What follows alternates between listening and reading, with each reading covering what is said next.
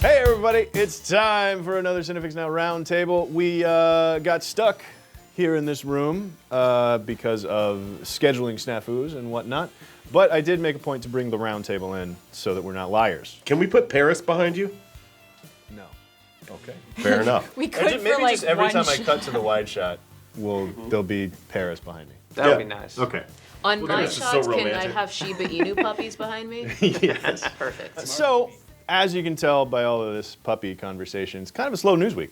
Yeah. Daredevil trailer came out earlier this week. That was fun. We talked about that on Cinefix Now. Jupiter Ascending coming out this weekend, but Which I did you a review of reviewed. that, so check that out. It's gonna I don't bomb really hard. need to cover any of that ground anymore. Yeah.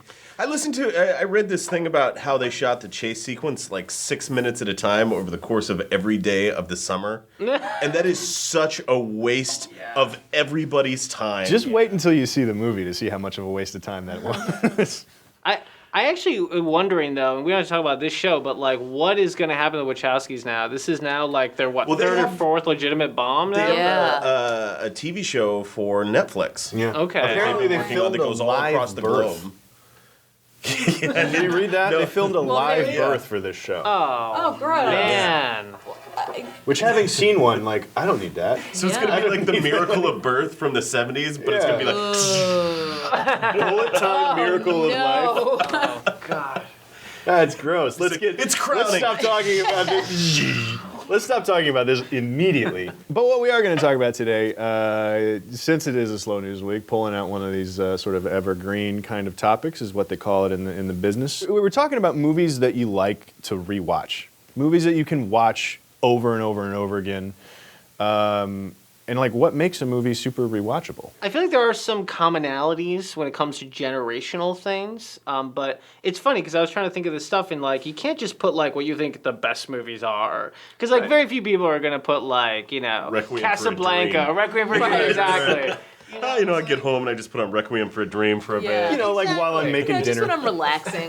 But for instance, I think Big Lebowski for people our generation. That's like I think a pretty Get common out one. of my brain, Lacey. Right? I mean, that's like but it's interesting because I remember when that movie came out, like people were horrified. Yeah. Because they had just like won all these Academy Awards for Fargo, right? And they're like now the most important filmmakers ever, and they made the Big Lebowski that couldn't be any more different. Yeah, they were like, what the fuck is this? Yeah, and people weren't used to the Coen Brothers. That's what they Right. do. They do a serious movie and then usually do a funny movie. But I think that one, like, there's something about that movie that like Yeah. everyone Well, loves. I to think it rewatch. falls into the category of movies that you genuinely enjoy enough to watch over and over again. Because there's a couple different things. There's the movies that you really love and that you want to watch over and over again. And then there's movies that, like, if it's on, you're not going to turn it off for some reason. So there's the Big Lebowski category, and then let's call it the National Treasure category. Yeah. Of movies that's like, you know, Yes. or Shawshank Redemption. It's like, it's Right. on TNT. I'm not changing the channel. There goes my afternoon. Con Air. Con Air Air. fits in that. Armageddon. I mean, our friend to the channel, Kurt Neal, Armageddon is his favorite show on TV. One movie that falls into both categories of just legitimately enjoy it and it's always on for me is True Lies. Oh, If that yeah. movie's on, I'm watching it.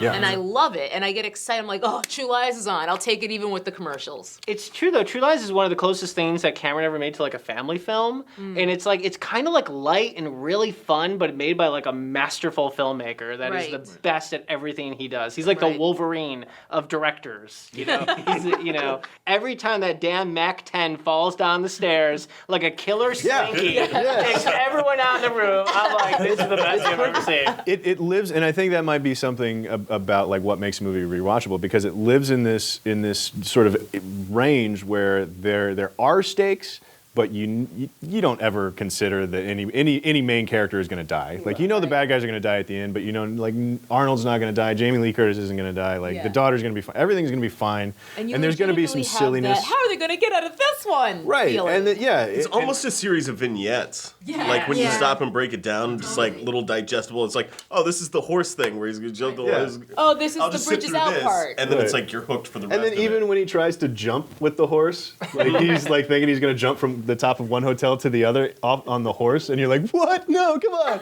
And then they even like twist that around. So there's something about like there are actual stakes, but you know everything's gonna be okay. But meanwhile, like you're like, oh God, I hope everything's going to be okay. Yeah. It's good enough to give the suspense, but you know everything's going to be fine. It's literally you don't have to take it too seriously. Right. Like, I can't think of a single movie where I feel like I learned something or got an insight into myself as a person that I've ever wanted to watch more than like 2 or 3 times. Yeah, actually, you're right. Yeah. Like anyone that's like a lot of hard work, it's like Yeah. it's too much because then you really have to be introspective. It's not just like whatever, Lost Boys is on.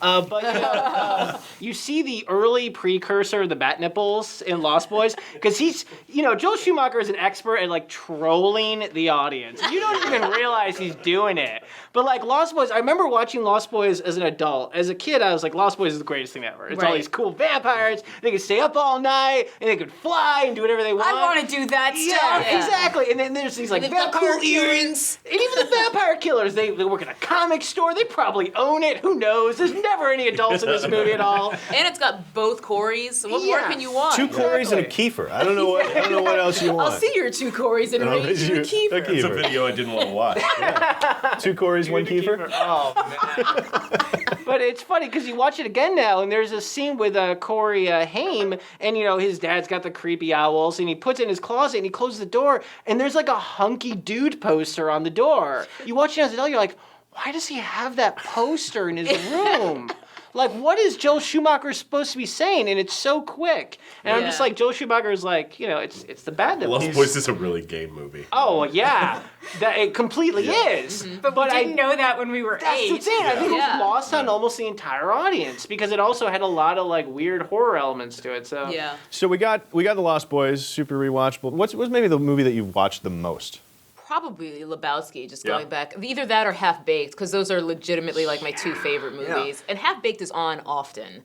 So it's really, I mean, I have it on DVD anyway because I'm an old person. Sure. I still have a DVD player.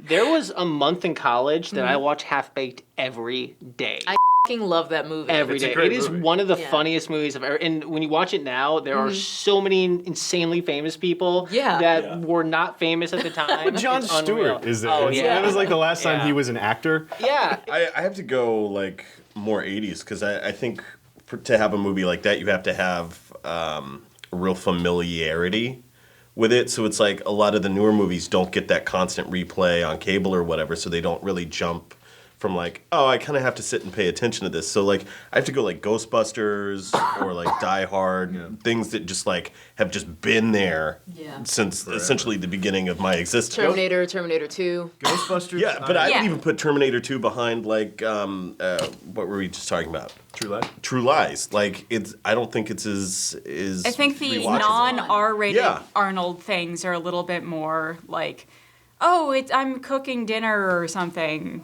Like I feel like Terminator 2, you have to be willing to watch some like skulls getting crushed or whatever. The Terminator movies are fairly humorless.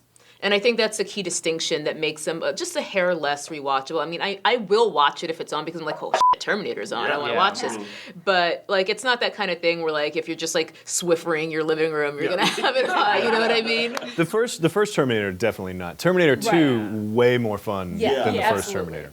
I love for Arnold movies. I always love Predator because it's just so Predator, I could put on outlandish it and any awesome. any That's- hour of the right, day. Right? I can watch Predator. You want to watch Predator right now? Oh, I'll do it. Let's go do do it. it. Yeah. I mean, it's still. The two governor movie. Round table exactly. over. It's got some of the finest moments of film history. Predator's one that I find myself going back to a lot. Oh yeah, and everyone's such an interesting character too. Yeah. Like everyone, and also Well, they're like, all such broad archetypes that you don't need to explain at all. exactly. Yeah. But you exactly. just don't.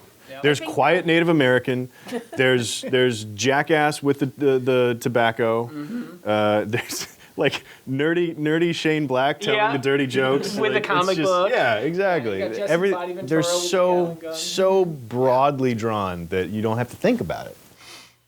Similar to that, but like on the other end of the violence spectrum is The Princess Bride. I could watch that 1,000 times in one day and be perfectly like I'd invent a time machine and then just watch The Princess Bride over and over. Apparently, It's just such a great movie. Princess Bride though is one that gets. I think if you didn't see it as a kid, like it's one of those movies that if you see it for the first time as an adult, you don't get it. Yes. Like that, I've heard that from a lot of people. It also breaks up really well into broadcast because, like, it too is a series of vignettes. Like now we're doing especially because it's like, oh, this is where we're at the cliffs. Like this is where they're going through the swamp. This is so it's like I think the secret to these kind of movies is like I'm just gonna watch this one part. I'm just gonna watch where they have like the duel with the poisons or whatever, Right. and then you get up 2 hours later. Yeah. Or possibly 3, depending I on how watched many all the commercials parts. they're showing. You're right, and I think the movie, for me, I rewatched the most that is just like that is The Matrix. I mean, you know where you are in the story, any scene of The Matrix, because everything's so distinct and everything's so clever in certain areas, and you're like, oh my God, he's starting his training now. He's gonna do kung fu with Yeah. Morpheus, Right. or the girl in the red dress, or now it's time to shoot up the lobby. It's so well constructed in these little vignettes.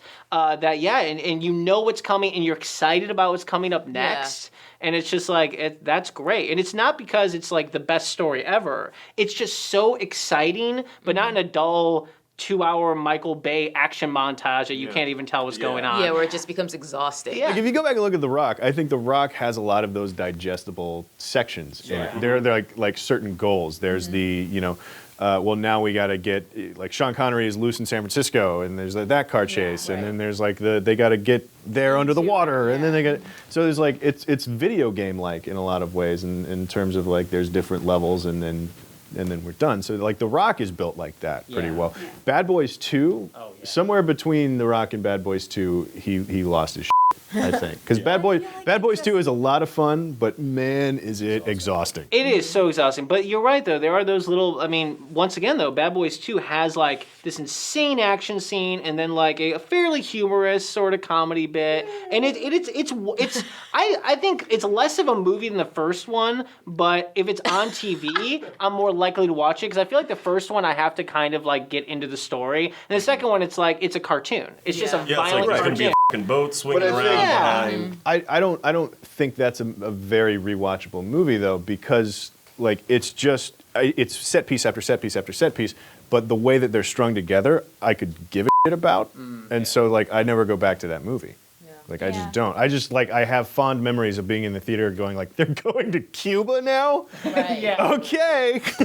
Just going back to your pick of Princess Bride, though, you reminded me since Wallace Shawn is in that, Clueless is a big one for me. I know this is more of a girly pick, but I love that movie, and I could rewatch it ad infinitum. And it's packed with jokes that don't really get too much less funny as you hear them for the 700th time. I mean, it's Yeah. legitimately funny. It's legitimately funny, and they're not surprise jokes. They're just like character jokes. Just good comedy. Yeah. I think one of the things that makes a movie rewatchable is not necessarily that the jokes are still funny, it's just that you're excited to say the line with the movie. Because that's like one of the guilty pleasures of something you've seen 100 times, just like, oh, I can't wait to see this line. Right. And I think Clueless has that, yeah. I think we are starting to see something though that is clear. Is I think fun is a big part of it. Yeah. I think a lot of these movies are fun. Like for instance, I kept on thinking while you guys were talking about this about The Fifth Element. Like I can watch The Fifth Element anytime. If it's not on TV, I'm watching The Fifth Element. It is just Because even The Professional, I think, is a better movie than The Fifth Element, Yeah, but it's but not nearly as rewatchable. it's so me, it dark is. and It's a really fun movie, and there's some great, and I think it's got those sort of digestible sections that we've talked about. But when it gets heavy, it gets kind of heavy. I don't know. I have to be contrary, though, on the whole Professional versus Fifth Element thing. For some reason, I've just never been a huge fan of the Fifth Element. I think maybe I saw it when I was too old, and I was just like, this is just f***ing weird. Oh, it's It's weird. very What is aggressively this? high energy, so Yeah. if it grates on you, honestly- it's gonna And really Ruby grate Rod on you. is just Yeah, it's so I tough to don't sit really through care for the sometimes. Fifth Element, but It does Leon to- I can watch over and over, Yeah. and like the heavy parts, like I just think they're so well done that I don't mind. It doesn't bother me, and there is enough humor in there, like the stuff with the plant and just like his relationship with Natalie Portman. I And how sad he gets when she doesn't get John Wayne yeah. is it's sweet. You know what's amazing about Leon? I think what makes that infinitely rewatchable is you got this like stoic hero that's such a badass. Yeah. But then you got Gary Oldman, like so crazy great. Yeah. Like you And that's crazy, comma great. It's challenging because it's one of those like great roles, almost like Scarface or Walter White, where you're like, I know know I don't like this guy because he's evil, but he's so interesting and Right. magnetic. That is another aspect, I think, of a rewatchable movie, is there's at least one performance in there that is iconic Oh, in some regard. absolutely, yeah. Wait, can I bring up another one? Because please. this actually reminds me exactly of David, the it's very what we're ultimate doing here. thing with a professional is The Dark Knight. And Yes. honestly, I have been known to just go on YouTube when I'm bored or whatever and just watch Heath Ledger Joker moments from The Dark Knight. Because to me, it's my favorite performance in film history. I don't disagree at all about Heath Ledger in that movie, Yeah. but the rest of The Dark Knight you can have. I do agree that it's Ledger's performance that makes that movie infinitely rewatchable Yeah. for me too. No, he definitely elevates that. I think that's the only reason you go back to that movie. To be Yeah, perfectly no, I honest. found the movie as a for whole me anyway. very oddly paced. You know, like it was a movie, and then at the end, like there was another like 45-minute movie. I really want to disagree with you guys, like hardcore, because I love The Dark Knight. But now I think about it, I do spend a lot of time like in between Joker scenes, sort of on my phone, waiting around. Sticking with Batman, I can rewatch the first Batman with Michael Keaton over and over. I can rewatch Batman Forever at any time of the day. Well, Anytime. there is something about a really love bad Batman movie, Forever. right? there's Yeah. a third No, category. you take that back. Oh, Batman Forever? now you're really With gonna- Nicole Kidman is That is the over? last time Tommy Lee Jones had fun. Yeah, as an it's true. actor, as a person, As a That's human true. being. Yeah. Yeah, no, you're right. That's Oh, true. God. There's a third, I guess, then category of rewatchable. There's the ones that you love. There's the ones that for some reason you just can't turn off, and then there's the ones that are just bad but fun bad. Yeah. Yeah, I think I'd watch like. Oh, no. Change my mind. I was about Don't to. wanna admit I to was that, about to accuse The Last Action Hero of being not so good, and I think you no. would- I will watch The Last Action Hero at any time I will of day. watch it any time at all. It just doesn't it doesn't hold together as like a narrative. It's it- brilliant. It was so far ahead of its time. Yeah. Like if you were to make that movie now, a studio would turn it into 21 Jump Street. But Yeah. but it was because it was right smack in the middle of all of these huge action movies and Schwarzenegger movies and Stallone movies, and it was right smack in the middle of them, and it was making fun of all of them, and everybody's like, but no, I still like those other things. Like it was spoofing something before we were ready to have it spoofed. Right. And making And fun. I think it's way better now Yeah, we than weren't it was aware then. that the 80s the 80s action movie was a discrete genre. Those were just action movies, not 80s action Right. movies. Like right off the bat, he kicks a guy in the nuts. Well, he says, "Are you a farmer?" And then he kicks a guy in the nuts and he says, "Here's a couple of acres." And then he removes like 30 guns. It's such a spot-on action movie spoof while still having like some heart and like an actual, and it's a standalone movie by itself. Isn't there like a It's- cartoon cat who's one of the Yeah, cops? yeah. A cartoon cat is one of the that's cops. good. It's such a good. He kills a spoof. guy with an ice cream cone and is like, I just iced that guy to cone a phrase. Tone of phrase. Like it's the bad movies that are rewatchable are kind of hard to think of because I feel like I like them well enough that I don't consider them bad movies. Yeah. Like if I'm rewatching them, it's not proper bad to me. Yeah, some of the rewatchable traits that we've talked about has to have at least one great performance, sort of digestible, vignette kind of story structure, paced well enough to where there's an interesting story to tie all that together. You can Swiffer your living room. You can while it's Swiffer your living room while it's happening, and you're very familiar. You become very familiar with it and still enjoy it. And I think I also honestly feel like fun is a part of it. And it's gotta be Even if fun. It's not the entire movie. It's got to have at least this sort of sense of fun. I think Right. throughout. Because even the Well, professional. where does has that leave Shawshank then? Because Shawshank isn't really a fun it's movie. not applicable It's like for the me. most fun movie ever made about prison. It kind of. wrongful imprisonment. It sort I'll of give you that. is. Like, there are fun because everyone's like, they're all like buddies, Yeah. except for those like bad dudes who, were very mean to him in the projector room. So we had like it's familiar, it's episodic, it's quotable, it's fun. I feel like there's a whole subset that we can throw in there that's just Disney movies. Like that Yeah. has always been Disney my movies, go-to. yeah, they're kind of their from- own thing. I think we literally wore out the VHS for Cinderella. Yeah. I watched Aladdin and Beauty and the Beast like 100 times. And Disney has been making good movies on and off for decades ever since. So like we all know that this up and coming generation will have watched Frozen like 700 times by the time they're It's already 17. happened. Like Frozen is like one of the most whatever Disney films ever made. Shut your It mouth. is so popular. I'm not even gonna watch it. At best, it's a prequel to an X-Men movie. No, it's But not. it's just not that good. Interesting take. I was It's amazing. And this music is terrible too. It hurts your Yeah. ears. It's all like off key. Right. I'm like, why does everyone love this movie so much? As someone who has never even seen the movie, how have I heard that f***ing song 8,000 times? yeah. I've heard a lot of covers of that song. Yeah, Oh no, my it God, is. it's enough It already. is the most sort of unnecessarily covered song in. I mean, I'm in happy Disney for movie Adele industry. Dazeem and everything, but Yeah. like, can we please let that song go? So 'Cause that's Frozen, enough. obviously is a recent one that's going to be that it's going to be in the like, oh, I could watch that forever category for better or worse. Yeah. Is there any other movies that have come out in the past couple of years that you think are going to have they're going to be able to stand the test of time? I guess. Tangled deserves that just as much. So take Well, your not just- pick of not just any- Disney movies, like any I'm movie. saying I'm gonna put forward the subset again. Take your pick of any recent Disney Pixar. I think for newer ones, I think maybe Guardians might end up being that movie for a lot of people. I mean, it's very digestible, Yeah. I very see that. fun.